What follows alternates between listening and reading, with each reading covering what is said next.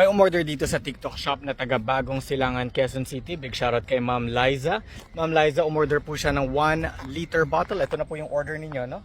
Nandiyan na rin po sa loob yung mga libreng organic lemons para po sa inyo.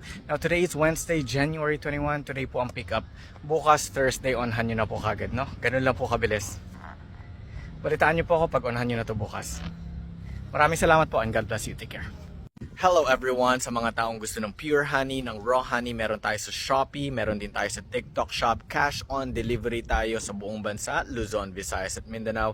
At sa bawat bote na mabibili ninyo, meron tayong libreng organic lemon. Sa mga tao naman na ngayon lang nakita to, ngayon lang nakita itong Mercas Raw Honey.